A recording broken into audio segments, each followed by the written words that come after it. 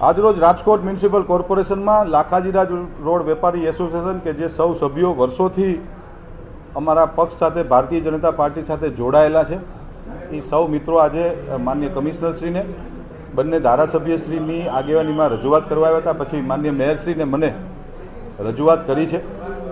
Dharmendra road વેપારી association કે લાખાજીરા road વેપારી એસોસિએશનનો પ્રશ્ન વ્યાજબી છે. વર્ષમાં એ લોકો વારંવાર રજૂઆત કરે છે અને એની રજૂઆતનું અમે લોકો સાંભળીને એનું નિરાકરણ પણ લઈ આવીએ છીએ. આ જે પાથરણાવાળા જે લોકો બેસે છે એ લોકોને ક્યાંય સ્પેસ નથી મળતો. એટલે ભૂતકાળની અંદર જ્યારે દિવાળી પહેલાં જ્યારે આ પ્રશ્ન આવ્યો ત્યારે લાખાજીરાજ સ્કૂલ છે અમારી, ત્યાં આ લોકો માટે પણ અમે એક ઝોન જાહેર કર્યો હતો કે આ ઝોનની અંદર આ લોકો બેસે ને ધંધો કરે, પરંતુ એના વેપાર ધંધા નથી ચાલતા એટલે એ બિનઅધિકૃત રીતે લાખાજીરાજ રોડ પર આવીને બેસે છે. વેપારીઓની રજૂઆત વ્યાજબી છે, એમને ધ્યાનમાં રાખીને એમને જે રજૂઆત કરી છે એ વિષયમાં આજે અથવા આવતીકાલે મ્યુનિસિપલ કમિશનરશ્રી સાથે માનની મેયરશ્રીની અધ્યક્ષતાની અંદર એક મિટિંગ કરીને એનું કાયમી નિરાકરણ કેવી રીતે આવે એમના માટે એનો નો ફેરિયા ઝોન એ લોકોને ડિક્લેર કરાવવો છે. પણ એ પોલિસી લેવલનો નિર્ણય થાય છે કે ભાઈ આ કરી શકાય કે નહીં. એટલે બાકીના મહાનગરપાલિકાનું માર્ગદર્શન લઈ અને નો ફેરિયા ઝોન તરીકે જાહેર કરી અને આગામી દિવસોમાં અમે વેપારીઓને ન્યાય મળે અને ફેરિયાઓને પણ તકલીફ ન પડે. ભારતીય જનતા પાર્ટીના અમે સૌ કાર્યકર્તાઓ છીએ. માનનીય પ્રધાનમંત્રી શ્રી નરેન્દ્રભાઈ મોદી સાહેબની જે સ્ટ્રીટ વેન્ડર પોલિસી છે કે જે ગરીબો જે પોતાની ઇન્કમ એક મર્યાદાઓ છે, જે દુકાન નથી લઈ શકતા, જે શોરૂમ નથી લઈ શકતા, એના માટે સરકારે એક હોકર ઝોનની જાહેરાત કરી છે કે ભાઈ હોકર ઝોનની અંદર નજીવા દરે બેસીને એ પોતાનો બિઝનેસ અને પોતાનો વેપાર કરી શકે.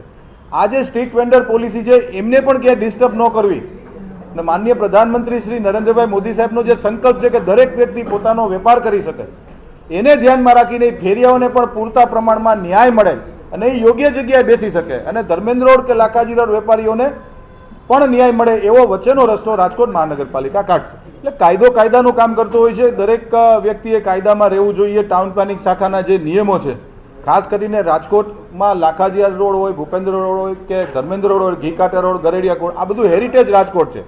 આ રાજકોટ જ્યારે રાજકોટની સ્થાપના થઈ ત્યારથી આ રાજકોટ છે. એટલે ત્યાં ટીપીના જે નવા જીડીસીઆર મુજબ નિયમો લાગુ નથી પડતા, કારણ કે આ 20ની શેરી છે, 25ની શેરી છે.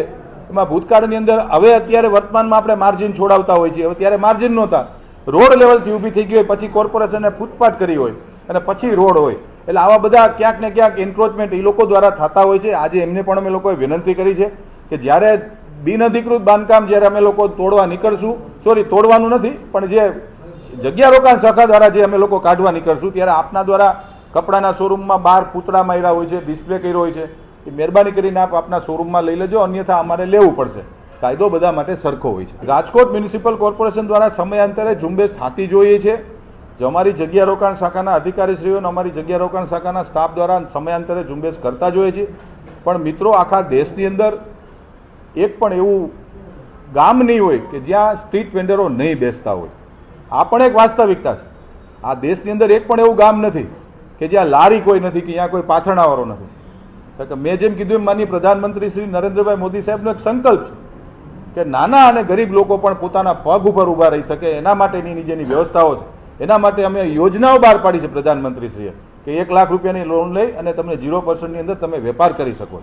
આવા લોકોનું પણ અમે ધ્યાન રાખીએ છીએ અને રાખતા આવ્યા છીએ અને વેપારીઓનું પણ ધ્યાન રાખશું. આવી વેપારીઓ દ્વારા એક રજૂઆત થઈ છે. આ પહેલાં જે રજૂઆત થઈ હતી ત્યાં રોડ પર ફેરિયા એટલે કે નીચે બેસીને જે ધંધો કરે છે ફરિયાદો વારંવાર હોતી હોય છે. એટલે અમે દબાણની ટીમને પણ સૂચના આપી છે. થોડું અમે એવું વિચાર્યું છે કે થોડું પોલીસમાંથી બંદોબસ્ત પણ લેવામાં આવશે અને હવે મેજર ડ્રાઇવ્સ થોડો સમય ચાલુ રાખવામાં આવશે.